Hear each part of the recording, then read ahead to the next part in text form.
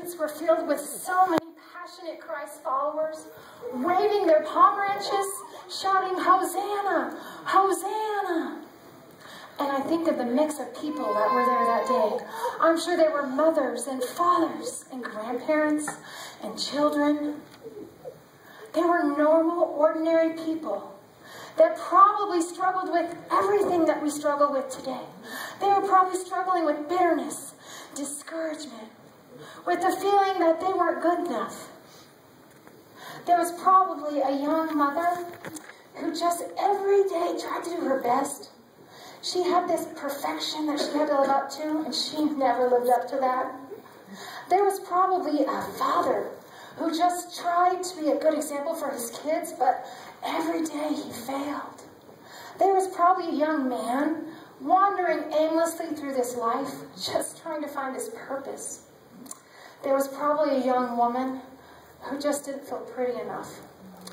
She just felt unworthy. And it was these people, these ordinary people, that filled the streets of Jerusalem that day. These people had so much joy and passion and excitement for a man that was prophesied for centuries to be their king. It was amazing. It was amazing, their joy and faith and passion for that man coming down the dirty road on a donkey, on an old dirty donkey. That man was probably tired and weary. Ultimately, he looked just like them.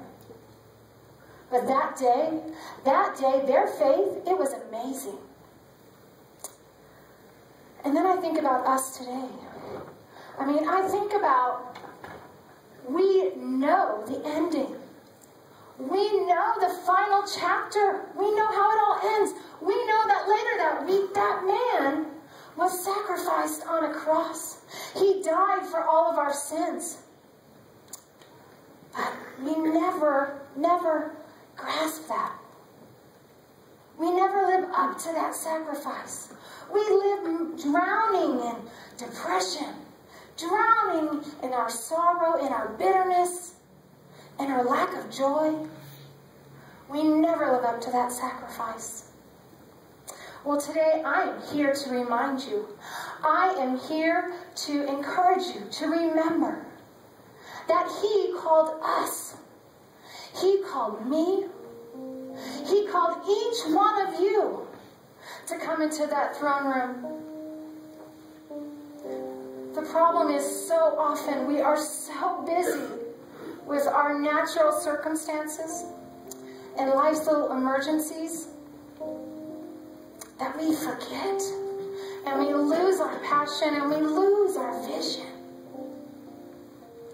So today I encourage you, I remind you, I challenge you to come to the throne room just as you are.